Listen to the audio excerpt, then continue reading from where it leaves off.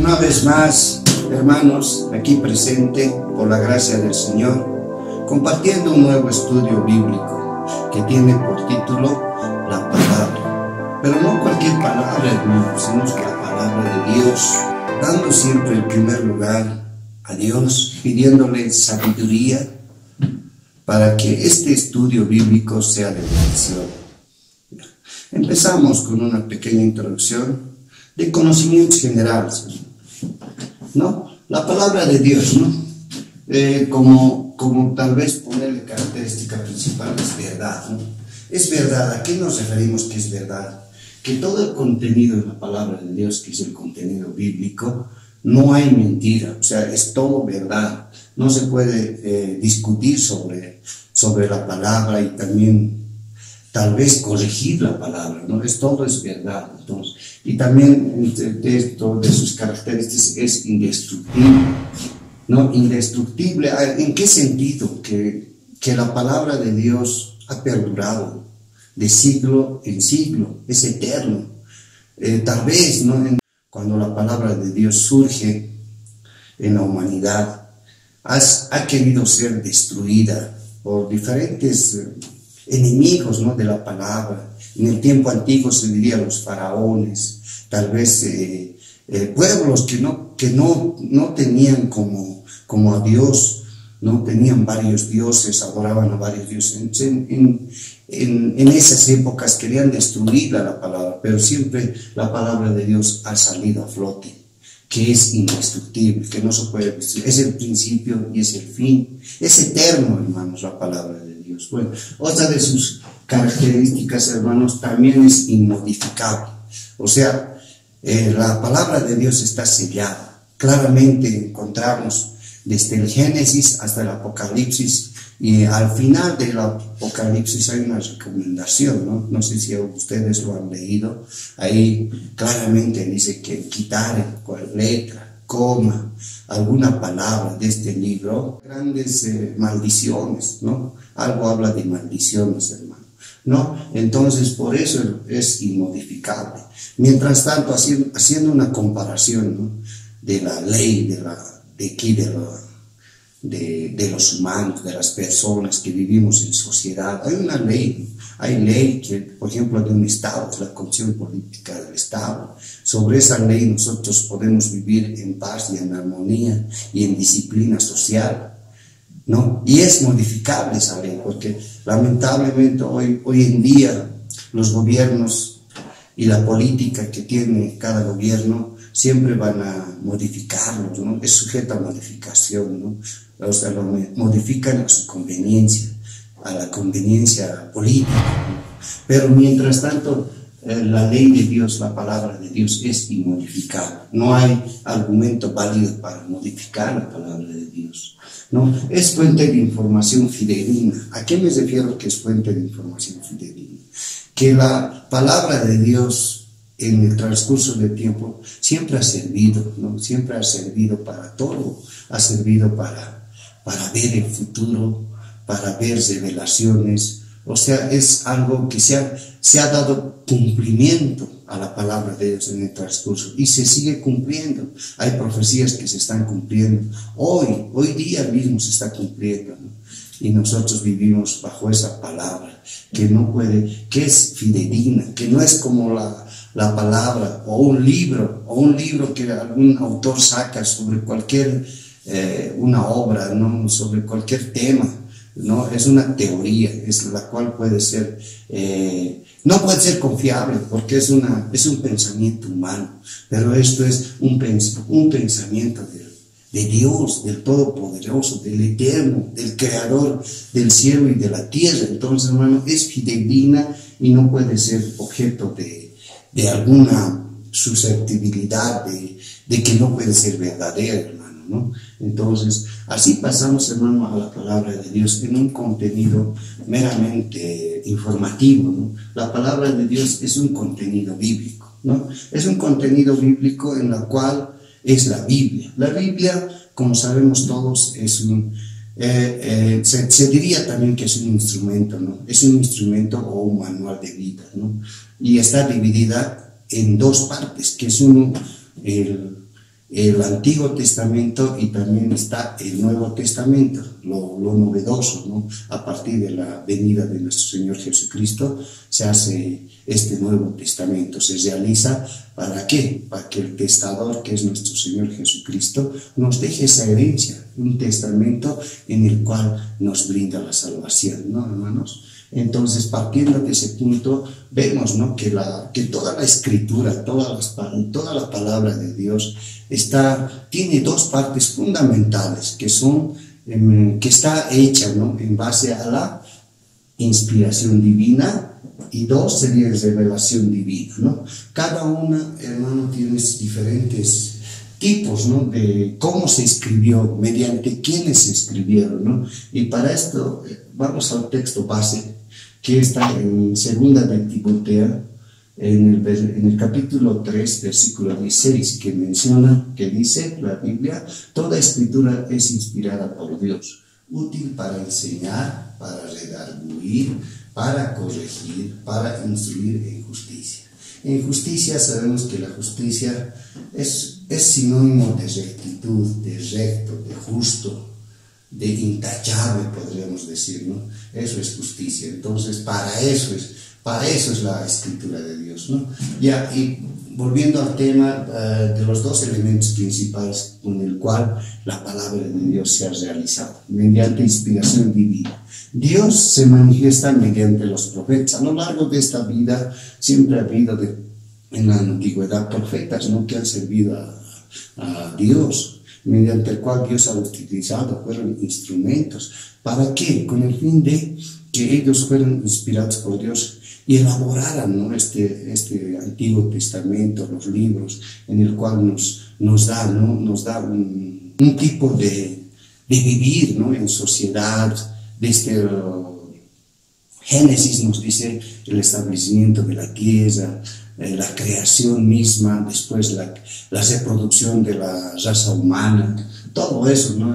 Entonces Dios en lo largo de su palabra, o sea, Él utiliza a los profetas para que mediante la inspiración ellos redacten lo que es la Biblia, ¿no? También para hacer un ejemplo de eso nos da, por ejemplo, en Mateo nos dice, en Mateo capítulo 2, versículo 12, dice la Biblia: pero siendo avisados por revelación en sueños que no volviesen a Herodes, regresaron a su tierra por otro camino, ¿no? También vemos, ¿no?, en la Biblia que no todos los profetas también escribieron. Por ejemplo, hay el profeta Elías, ¿no?, Eliseo también no escribieron nada, pero fueron parte de la Biblia, ¿no? Se los menciona, pero ellos no escribieron, ¿no? Entonces, también vamos a este otro punto, que es la revelación divina, ¿no?, en el cual hay tres aspectos, ¿no?, para que sea revelada, ¿no?, la Biblia. ¿Cómo? Mediante los sueños, ¿no? Mediante sueños, ejemplo, podríamos ver tal vez este ejemplo, ¿no?, el cual hemos dicho, mediante el sueño que volvieron Herodes, ¿no? También mediante sueño tal vez ver un ejemplo práctico, ¿no?, lo que ha pasado cuando nuestro Señor Jesucristo ha nacido, se ha vuelto carne, ha nacido de Jerusalén. Entonces, antes de nacer, su papá, que era el papá carnal de nuestro Señor Jesucristo, José, mediante un sueño Dios avisó, ¿no?, a José que iban a matar a niños, a los que nacieran niños iban a matarlos, que Herodes había dado una orden para matar a todo niño que nazca. Entonces Dios reveló a José mediante un sueño para que se fuese de ese lugar y se escapara de la ley de Herodes, para que no lo mataran a nuestro Señor Jesucristo. Entonces ahí también vemos, ¿no?, una revelación divina, visita de los ángeles, por ejemplo, ¿no? Y también el tercero podríamos ver visiones. ¿Qué son las visiones? Las visiones son aquellos momentos, ¿no?, de ilustración, se podría decir, en el cual el hombre tiene una visión, ¿no? Cree haber visto algo, cree haber visto. Pero estas son visiones espirituales, en el cual el Señor, tal vez daros un ejemplo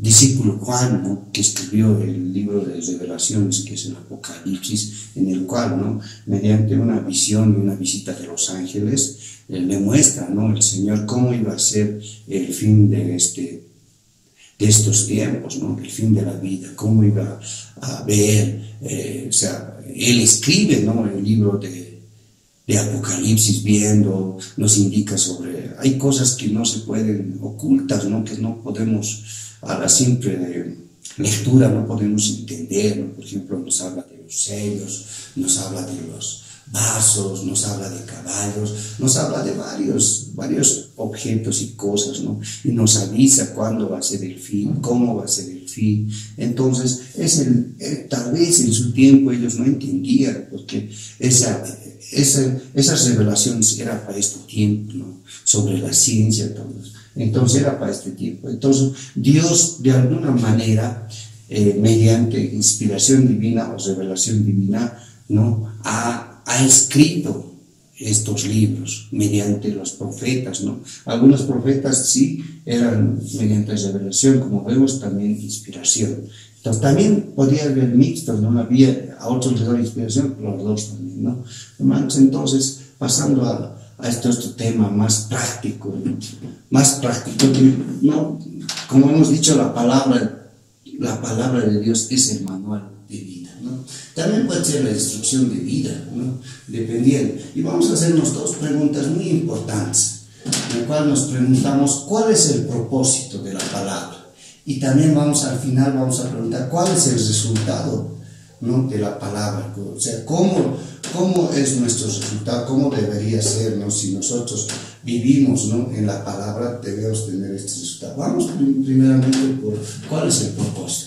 Dar esperanza de salvación. ¿A qué nos referimos con dar esperanza de salvación, ¿no? De salvación de vida, ¿no? En ese tipo de salvación estamos hablando. Porque claramente la palabra nos menciona que nuestro Señor Jesucristo murió por nuestros pecados. Entonces, si murió por nuestros pecados, Él nos da una esperanza de vida, ¿no? Nos da un tiempo de gracia, ¿no?, para arrepentirnos, que solamente con aceptar a nuestro Señor Jesucristo y reconocer que Él es nuestro Salvador, somos salvos. Hay una esperanza de vida en la palabra, ¿no? También en la palabra, mediante la palabra nos edificamos, ¿no? Como a un niño, o sea, desde un niño, ¿no?, que nos menciona en la palabra que un niño tiene que tomar la leche que de verdad le va a edificar, leche pura, no adulterada, ¿no?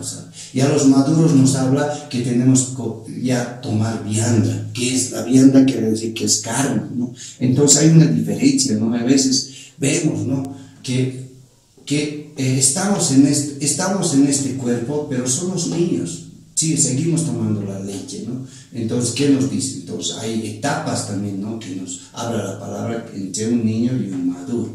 Este ejemplo lo hago para ver, ¿no? Fortalece, ¿no? O sea, fortalece, ¿no? ¿A qué nos referimos con fortalece? Nos da esas fuerzas para seguir adelante. O sea, a veces pensamos que nuestra vida no tiene sentido, ¿no?, cuando no conocemos la palabra. Pero conociendo la palabra, entonces nos fortalece. Sabemos, tenemos un propósito cada uno de nosotros, para qué hemos venido a este mundo. Y sabemos también que el fin de nuestra fe es nuestra salvación. Entonces, en este sentido, somos fortalecidos por la palabra, ¿no? Entonces, y también nos da una esperanza de perseverancia, ¿no?, de perseverar, ¿no? El que persevera hasta el fin será salvo, dice la palabra. También nos exhorta, ¿no?, y nos corrige. Nos corrige ¿en qué manera nos corrige? En andar en los caminos de verdad, en los caminos que son de justicia, ¿no? Y también hablamos de que nos conduce a la verdad y justicia, ¿no? ¿Cómo nos conduce a la verdad y justicia? Andando en la palabra, viviendo la palabra, cumpliendo la palabra, ¿no? A veces también hablamos en el tema familiar, porque Dios, no nos olvidemos que ama a la familia, que la familia para Él es importante, que es el núcleo familiar, como lo es para la sociedad, ¿no? Para esta sociedad, el núcleo es protegido por la ley, también protege Dios la familia, ¿no? También el temor, ¿no? El temor tal vez no, a veces confundimos este término con miedo, no, el temor que viene de lo alto, el temor que tenemos que tener a nuestro Dios, según su palabra nos dice, ¿no? Cosas que debes hacer, cosas que no debes hacer. Entonces, cuando nosotros queremos hacer una cosa mala, que no está de acuerdo con la palabra, que nos exhorta, nos da temor, no miedo, es una severencia. Es como cuando tú tienes tu esposa y por respeto a tu esposa no puedes adulterar, o sea, no puedes no puedes ni siquiera mirarse, diría, ¿no? Entonces, hermanos, la familia es el núcleo y también nos habla, ¿no?, en la palabra cómo tiene que ser, cómo tiene que conducirse la familia ante los ojos de Dios, ¿no? Ya, pasamos a otro tema, que es esta otra pregunta, que es ¿cuál es el resultado si vives en la palabra? ¿Qué es vivir la palabra? Vivir la palabra es hacer caso a todo lo que nos dice la palabra. O sea, vives tú con la palabra. Si uno da un paso, tiene que ser de acuerdo a la palabra. Si tú puedes correr, tiene que ser de acuerdo a la palabra. Con un ejemplo, ¿no? Y vivir sin temor a las enfermedades. Por ejemplo, en estos tiempos, muchas personas que no están con la palabra, que no viven la palabra, ¿no? Sí, que no escudriñan la palabra, entonces viven atemorizados, viven en pánico, viven en zozobra, piensan que en esta enfermedad ya se aburren en la casa, viven desesperados, no saben su presente, su futuro, qué va a pasar. Entonces, si nosotros vivimos en la palabra, no va a haber temor de estas enfermedades. Sabemos que está escrito que habrá pestes, nos indica en la Biblia. Entonces, si nos indica en la Biblia, nosotros vivimos sabiendo, ¿no?, que estas cosas deben pasar, deben ocurrir, ¿no? Como también esto se me va a la mente cuando, por ejemplo, ¿no?, en Egipto, cuando Dios mandó las plagas a Egipto, lo hizo, mandó las plagas el Señor Dios, castigando a las personas, porque la maldad era mucha en ahí, ¿no? Oprimían al pueblo de Israel, ¿no? Al pueblo de Israel. Y entonces Moisés, ¿no?, a Moisés como siervo de Dios, le dice, ¿no?, voy a mandar plagas, y manda las plagas. Pero miren, el pueblo de Israel no ha sido tocado con ninguna plaga. De las 10 plagas que ha venido, que son las plagas de ranas, las plagas de piojos, el granizo, tantas plagas más, las 10 plagas, no tocaron al pueblo de Israel. Entonces tenemos tal vez un antecedente bueno, que nosotros tenemos que vivir sin temor a las enfermedades, porque si somos hijos de Dios, creemos en su palabra, o sea, no nos va a tocar, no nos va a tocar, ¿no? Vivir en amor de Dios, ¿no? Claramente, hermanos, a esto nos vamos al libro de Proverbios, en el capítulo 8, versículo 17, nos dice, ¿no?, el Señor: yo amo a los que me aman, ¿no?, y me hallan los que temprano me buscan. O sea, en esto, yo amo a los que me aman y me hallan a los que temprano me buscan, ¿no?, dice el Señor. También vivir con esperanza, eso nos da. ¿Cuál es el resultado? Vivir con esperanza, esperanza de vida, esperanza que nuestro Señor Jesucristo nos da, ¿no? Porque dice, ¿no?, en la palabra de Romanos 6, que porque la paga del pecado es muerte, mas la dádiva de Dios es vida eterna en Cristo Jesús, ¿no?, Señor nuestro, ¿no? Entonces, vivir en paz y armonía, ¿no? Vivir bendecidos y protegidos. Esto de vivir bendecidos y protegidos, claramente la palabra nos reconforta, ¿no? En varios pasajes nos menciona que hace caso de la ley, o sea, vivirán bendecidos y protegidos por el Señor. Los frutos del Espíritu Santo. También, hermanos, si uno vive en la palabra, hermanos, en una persona, en un cristiano, se tiene que dar estos frutos del Espíritu Santo, porque vive en la palabra. Y los frutos del Espíritu Santo, hermano, lo que nos habla en Gálatas, en el capítulo 5, versículo 22, los frutos del Espíritu Santo son el amor, el gozo, la paz, la paciencia, la benignidad, la bondad, la fe, la mansedumbre y la templanza, hermano. Entonces, hermano, si nosotros vivimos, ¿no?, en la palabra, acatamos la palabra, se tiene que dar estos frutos, porque son parte, Dios promete estos frutos a cada persona que vive en la palabra. Entonces, esos son, ¿no?, el resultado, ¿no?, de vivir en la palabra. Entonces, también del orden familiar, pues, me parece muy importante para la familia, hoy que estamos en estas enfermedades.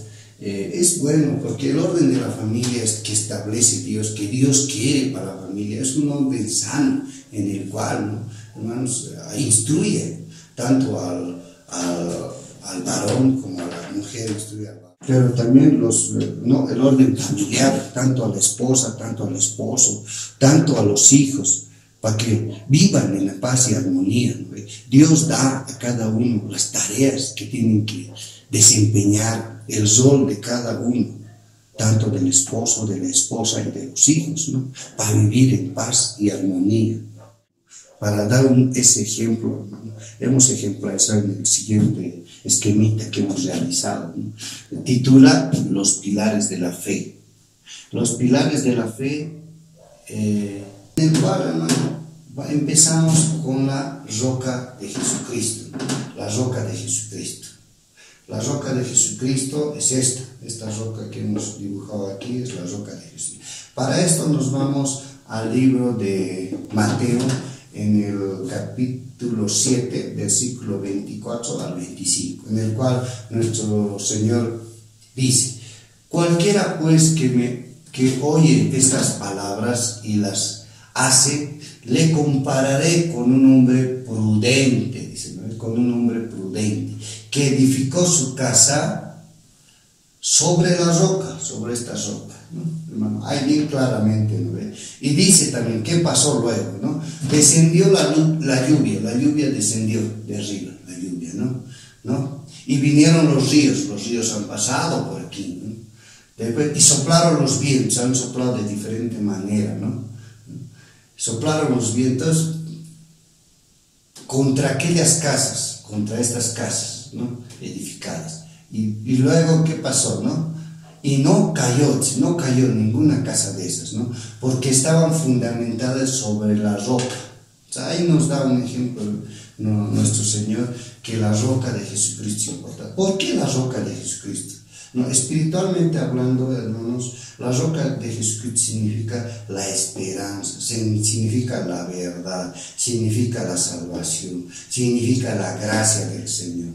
Tantos significados que pueden. Y sobre esta roca es bueno porque es tierra fértil, es algo sólido. Entonces, por eso nos indica la roca. Y el estudio que hemos hecho, hermanos, primeramente tiene que venir la palabra. Tal vez el orden no sea el adecuado, pero yo lo hice de esta manera. La palabra primero, luego la oración, luego el ayuno. Primero la palabra. ¿Por qué, hermanos? En primer lugar, porque se puede decir un pilar, ¿no?, tal vez llamado también machón, es un machón, ¿no?, es un machón que hay veces, ¿no?, en la regla de construcción nos dice que tiene que estar máximo de 4 metros alejado, de machón a machón, aquí de machón a machón, 4 metros, ¿no?, a nivel construcción les estoy hablando. Pero y luego lo he hecho el segundo pilar o el segundo machón, que es la oración, y el tercer machón es el ayuno. Entonces todos los he separado de 4 metros, como establece, ¿no?, para que esta construcción, que sea, digamos, en el término más técnico, se diría que puede estar bien, pero en el ámbito espiritual, hermanos, es a donde yo quiero llegar, es diferente. Entonces yo lo he hecho esto. Ahora dirían, hermanos, mira, este es el perfil, ¿no?, tal vez los 4 elementos, los 4 pilares, por los 3, mejor dicho, los 3 pilares, ¿no?, los 3 pilares. Entonces, ¿dónde llega, hermanos, aquí, ¿no?, yendo a una congregación? ¿Qué hacemos? Lo primero es que vamos a orar, ¿no? Después de orar, ¿qué hacemos? ¿No? Damos cánticos de adoración al Señor, luego cánticos de alabanza, ¿no? Luego tal vez ayunan, ¿no? Claro, ¿no? Entonces, hermanos, tal vez se preguntarán, ¿dónde está la adoración y dónde está la alabanza del Señor? liga en esta parte que es la oración. Porque la oración que hemos dicho es hablar con Dios, es conversar con Dios, es dialogar con Dios. Entonces, mediante la adoración nosotros adoramos al Señor y a la vez alabamos al Señor. Y estamos haciendo lo mismo que la oración, estamos hablando, estamos conversando con Dios, ¿no?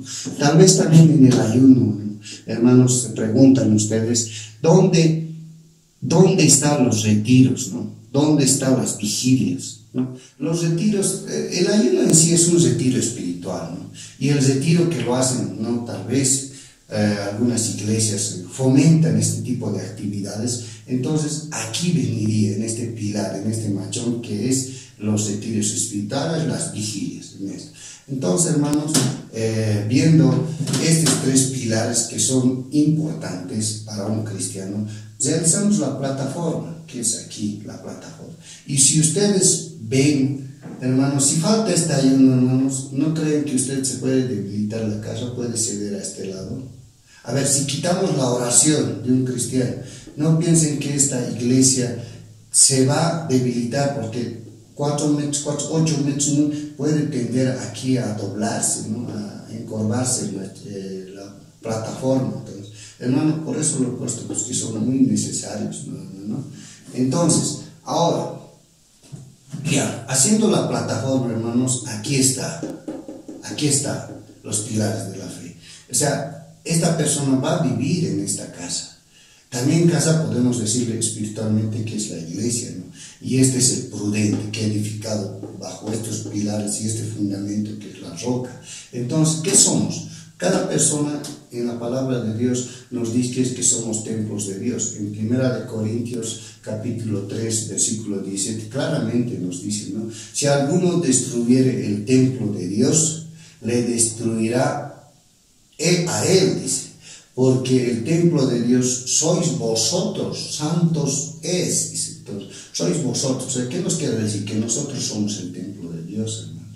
Y como templo de Dios, también somos parte de la iglesia, ¿no? Parte de la iglesia. Entonces, hermanos, tal vez no una sugerencia a todas las iglesias, que tal vez debíamos, ¿no?, construir nuestro templo, nuestra iglesia, bajo estos pilares. Ahora también tal vez ustedes tienen alguna sugerencia o tal vez otro tipo de concepto, entonces se puede aumentar otro pilar más. Pero yo pienso que los fundamentos en el cual se edifica sobre la roca de Jesucristo son la palabra, la oración y el ayuno. Hermano, dándoles este ejemplo, hermano, hemos concluido con este objetivo mío de hacer estos estudios de la palabra, de la oración y el ayuno. Esperando, hermanos, no coadyuvar en una perfil y aportar a un perfil, ¿no?, de un cristiano, cómo debe ser y cómo tal vez, ¿no?, también este mismo ejemplo serviría para llevar adelante, ¿no?, una congregación, hermanos. No, eso también es a cada uno, ¿no?, a un análisis propio que uno debe hacer en todo, ¿no, hermanos? Entonces, hermanos, llegando al final, me despido, hermanos, tal vez deseando, ¿no?, tener otro nuevo estudio, hermanos, si Dios lo permite, estaremos con otro nuevo tema que nos edifique, nos fortalezca, hermanos. ¡Gloria a Dios!